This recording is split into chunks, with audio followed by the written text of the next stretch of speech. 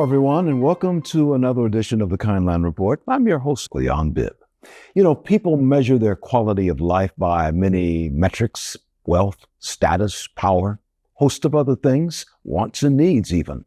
Our personal lists may vary greatly, but without fail, everyone will agree that none of these really have true value without health.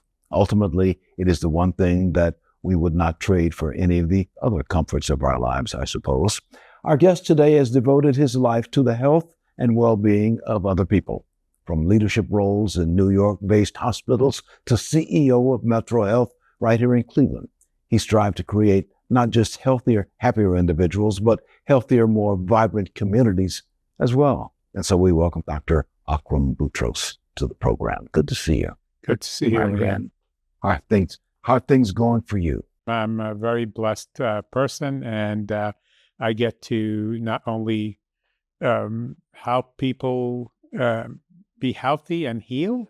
I get to lead a Kindland board, which is really amazing. And you certainly make your impact on the Kindland board, promoting the idea of kindness, which is what this show is all about. At the beginning of your career as an internist, your primary practice would have been diagnosing, treating complex medical conditions.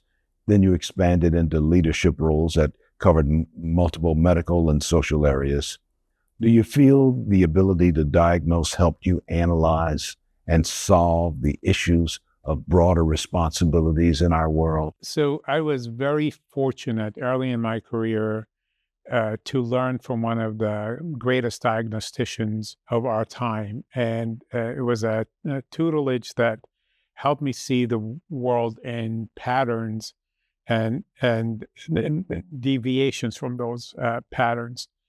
So that is how I've learned to help patients with very rare diseases to be able to diagnose them and treat them. And it's also how I have led healthcare systems out of trouble sometimes.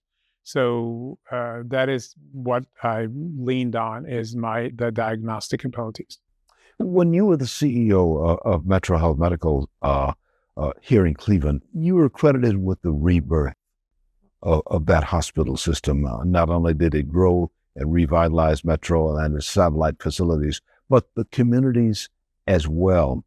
How do you feel about the correlation between a revitalized community and one's personal health? 80% of person's longevity or health is dependent on things outside the medical system. Education, it is safety, it is housing, it is transportation. As physicians and as hospital administrators, we tend to see the consequences of all the terrible things that happen to people outside. So they show up in our emergency room door. So when I went to Metro Health, I wanted to deal with those social factors that impacted the health of the community. And that's why we started the Institute for Hope. And we built housing on our affordable housing on our campus, changed the bus routes so patients can come in. We built the first school.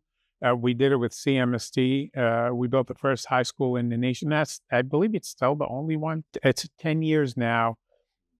There's a CMSD school inside Metro. Yeah. All of this impacts people's health.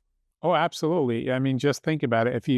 We built food as pharmacy, so a grocery store inside the hospital that the doctors wrote nutritious prescriptions on. So if a person has diabetes and can only get food from a gas station, their diabetes is going to be terrible. That's going to impact their eyesight. It's going to impact their ability to work. It's going to impact a lot of different things. Do you bring this philosophy into the boards that you sit on? Do you try to bring that philosophy into your role as a leader on these boards? I've used to belong to all these boards. I've resigned from every board except Values and Action.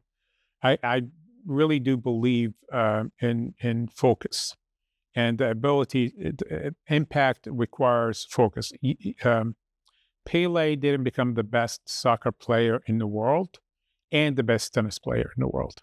You have to pay attention to one cause for me.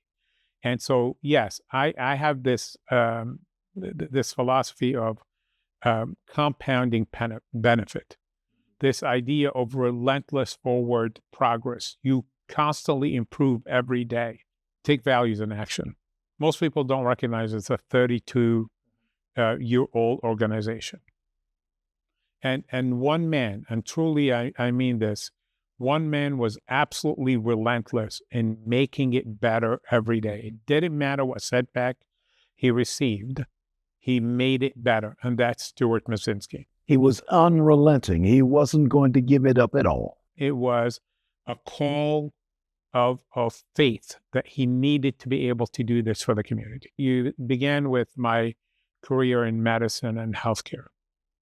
In the 40 years I've been doing this, okay, one thing has been had more impact on people's lives than any medicine or any surgery I have ever witnessed, any technological advance. That is kindness. I wasn't a naturally kind person. I wanted to be a good person, but I'm competitive and I want to win all the time. Kindness didn't play that much of a role till I saw its impact on individuals and organizations. You learn to appreciate and optimize what people's greatest gifts are. And if you can do that, not only are they spectacularly happy, they produce results beyond anybody's expectations. So my job as a board chair is not only from a governance standpoint, but being a sounding board to Stuart, somebody who's run organizations and made a lot of mistakes and learned from them. So I can help guide him in the process. Lead me with a final thought on the importance of kindness and how it can guide your life. So kindness changes people, and it doesn't change only the person who receives it. It changes the person who gives it. There's no secret I've had. There was a difficult phase of my professional career a few years ago. And being angry and looking for retribution would have been, actually, many people said that's what I should do, treat anger with anger. But that doesn't break the cycle. Kindness is what is the only thing that stops all of that. Dr. Martin Luther King spoke about this, and he said, only light defeats darkness, only love defeats hate. He's absolutely right. Nothing has changed here. I would say be kind every day. When it's easy, be kind when it's hard. Be kind at home, be kind at work. Be kind when the person deserves it, and be kind when they don't. It is the only thing that's going to save this nation and our world. Words of wisdom from Dr. Akram Boutros. Many thanks. Good to see you, my friend. Good to see you. Always good to see you. Thank you for being on our broadcast today. We've been chatting with Dr. Akram Boutros about kindness and how it's been a part of his life and the many places that he has served inside our community. Among his titles, he sits on the board of Values in Action and talks about kindness playing a part in that and in his life and thusly in all of our lives, because he touches us just as we touch him. That's going to do it for the Kindland Report. I'm Leon Bibb. Thank you for being with us. Good luck and be well. We'll talk again.